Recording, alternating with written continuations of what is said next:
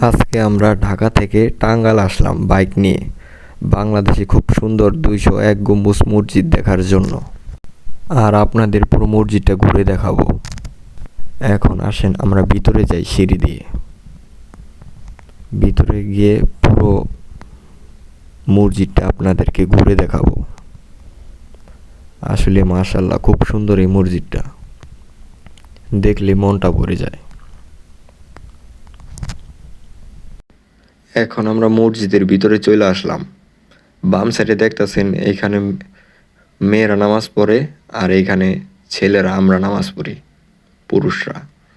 আর এখন আমি আছি বর্তমানে এই মসজিদের সব থেকে বড় গম্বুজের নিচে দাঁড়িয়ে আছি। আসেন সিঁড়ি দিয়ে আমরা উপরে যাই, উপরে গিয়ে পুরো ভিউটা দেখাই।